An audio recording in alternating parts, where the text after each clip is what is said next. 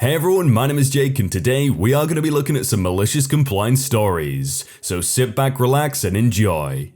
My old boss's demands led him to buying the customer a new shed. I do tree work for a living, and the last boss I had, we'll call him JM, was the kind of guy who thought he knew everything, and demanded that you did things his way when he was on site. The day this story takes place was no different than any other time that JM decided to show up. We were there to drop a massive sunburst locust tree, over 3 feet wide at the trunk, and branches that spanned over 60 feet. It was a beautiful tree, but the customer wanted it gone, sadly. The customer had a brand new, empty shed on one side of his property. There was enough room to drop the tree, but only if aimed just right. I set a pull rope into the tree and had my crew set our winch up on a tree along the back line of the lot to pull the locust over. JM was not happy with my choice of felling direction and demanded in his "I want to speak to your manager" voice that my guys move the winch to a tree 40 feet to the right and told me that I was to aim the tree in his newly selected direction, directly towards the shed. I told him that was a bad idea, but he wouldn't listen. He wanted to show the customer that he had absolute power over us, and used one of his favorite lines: "If you don't want to be here, then leave." He knew I was wearing golden handcuffs and leaving wasn't financially responsible of me with a young family at home. I accepted that he was not going to allow me or my guys to put the winch anywhere close to where it should have been and set to putting my notch into the tree. I started aiming the tree to where I knew it should have been aimed, but was again screamed at by JM because I wasn't following his direct orders. This is where I finally gave in and aimed the tree directly towards where he wanted me to, towards the shed. My aim could not have been more true. The notch and back cut were absolutely textbook. My guys applied power to the winch, and we put that tree down exactly where it was aimed.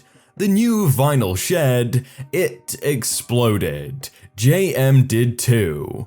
The customer calmly walked out, put his hand on my shoulder, looked directly at JM and exclaimed, "Sean did exactly what you told him to. When will you be installing my new shed?" I walked away from the two of them immediately, as I did not need to be directly in the middle of that conversation when I knew I still needed to get the tree from the backyard and into the truck. Things then got even worse for JM. He was the kind of boss to shout orders but not actually do anything himself. That day, he decided to try to help out by taking the climbing saw, which is not set up to be used on the ground, and start hacking away at branches using only one hand on the saw. Very dangerous. We all knew that we would get screamed at if we said anything to him, so we did our best to stay clear of the whirling dervish and do what we could at a safe distance. 5 minutes into his arbor assault, I hear him start screaming and see a chainsaw flying across the yard. Remember earlier when I said what he was doing was dangerous? The saw kicked back at him and he put his left hand up as a reaction, dang near cutting off 3 fingers from his left hand. We managed to get JM bandaged up and driven off to the hospital, where the med staff were able to save the fingers that eventually had to build the customer a new shed. I really like the customer's reaction of definitely just watching through the window, listening to everything that's happening, going, "Oh, well, I guess I'm getting a new shed." Trashy Malicious Compliance. The backstory. When I was first starting out as a teacher, I started at a large school in a really rural area. Our school was in the middle of 5 decent-sized towns, and the kids were bussed in from all of those areas. We had a really hard time hiring people because no one wanted to live in the middle of nowhere, and no one really wanted to make a long drive either. Teachers always tried to take up the slack whenever a department was lacking. I've served several lunches to students and been an art teacher. This particular time, I was helping out the custodian, vacuuming offices, taking out the trash, etc. This is my least favorite job because I'm not built for manual labor. I'm more of a popcorn and Netflix kinda guy. We said goodbye to a great principal and in came a new guy, the jerk. He wanted to revolutionize our school by running every department like he owned it. He took on a lot of extra stuff that was unnecessary, just so he could take it away from teachers. After a year of him being there, I was still scheduling teacher vacations as a point of contact, until he realized it and came into the break room, slammed his hand down on my table and said, "You are never to do another task outside your job description." He made me read the job description in front of other teachers. So, I complied. At night, when the custodian came in, I let him do his normal work. When it came to my half, I said, "Your stuff is all done, go ahead and go home." After a week of this, the principal stopped by to ask me to remind the janitor to vacuum because the carpet was getting gross, and his trash is piling up. The next week, I did the same thing. I sent the janitor home whenever his part was done. Once again, he came storming in. "Have you been telling the custodian to vacuum my room and take out the trash?" I walked over to my desk, grabbed the job description and started reading it without saying a word. I said, "I'm so sorry, sir. I don't see that line in my job description." He stormed off. I found out that he was bringing me before the deacons. It's like a school board, but it's made up of church members for private schools.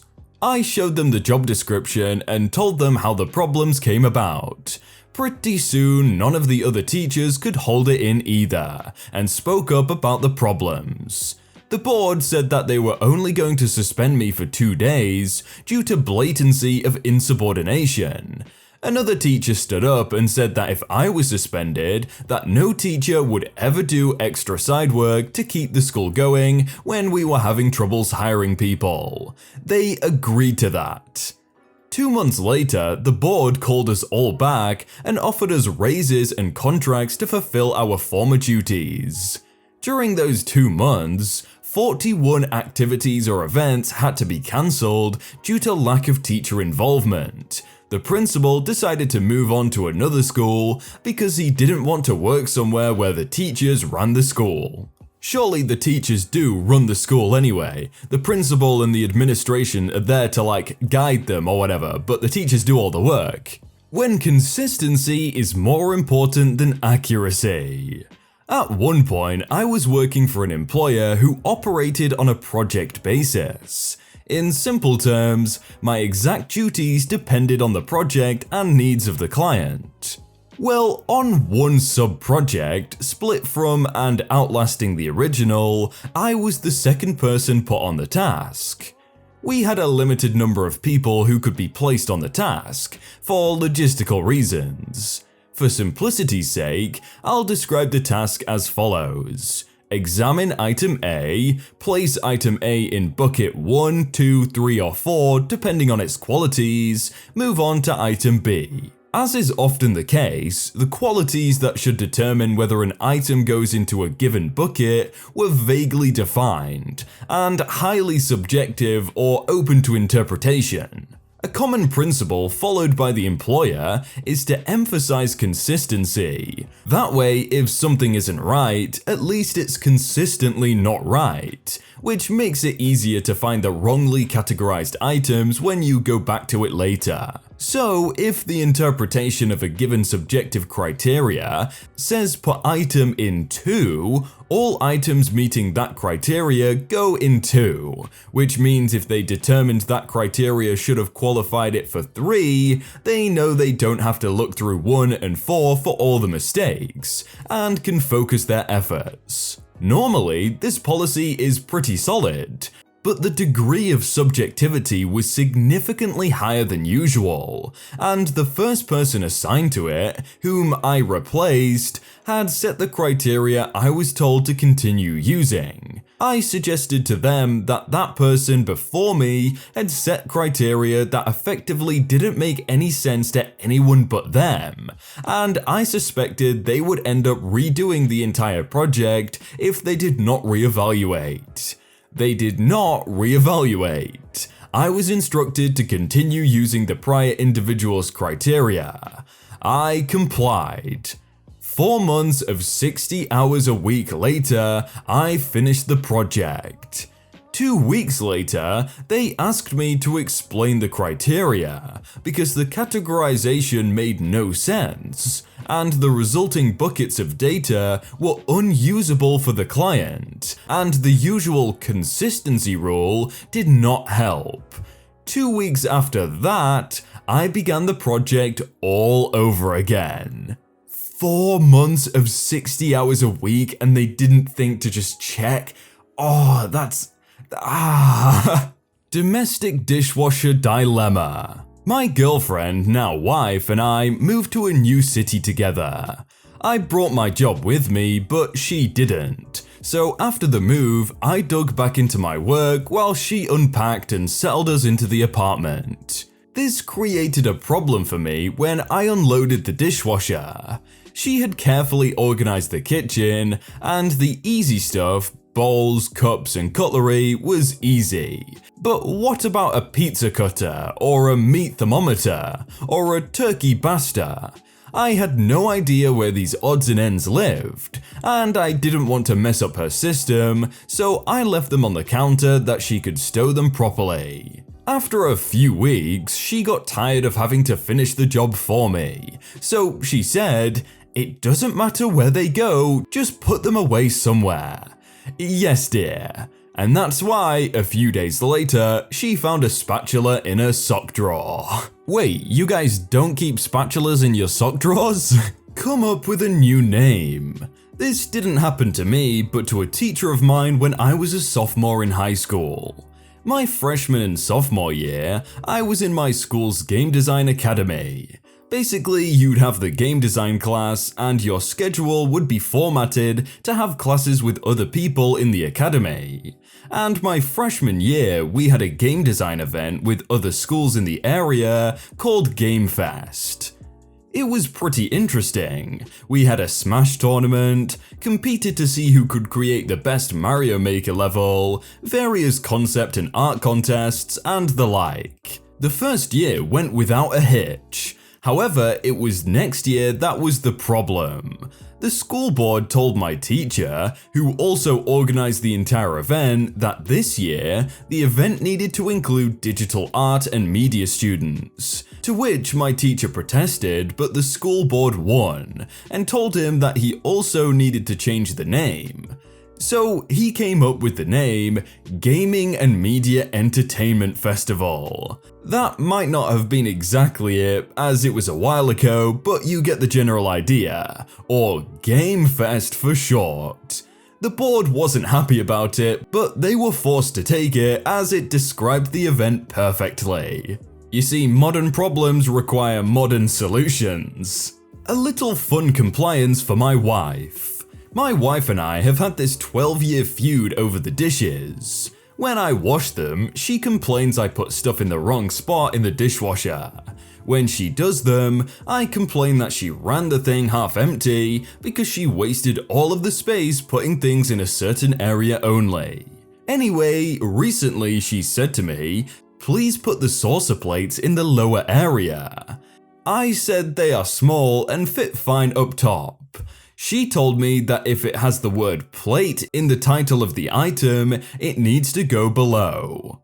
I told her that was silly because we should do it by size. She said it's simple. If it has the word cup or bowl, it goes up top. If it has the word plate, pot, pan, or jug, it needs to go down. I said again it really should be about size and not what's in the name. She disagreed. So, I complied yesterday. I had a big mixing bowl that I would usually wash by hand, but decided since it had the word bowl in it, I would put it up top and force the dishwasher closed. I didn't turn it on because I didn't want to break the machine. But she went to go open it and pull out the top rag, and it was stuck because of the bowl. She told me that it was silly to put that big of a bowl up there, but I pointed out that it had the word bowl in it and her rules were it doesn't matter about size, only name. I agree it's about size, that the plates and the bowls go below and then the cups and the mugs go up top and you wash everything else by hand. Wow guys, look on screen right now, you see those 2 videos right there? They're pretty good. I think you should click at least one of them and watch another one.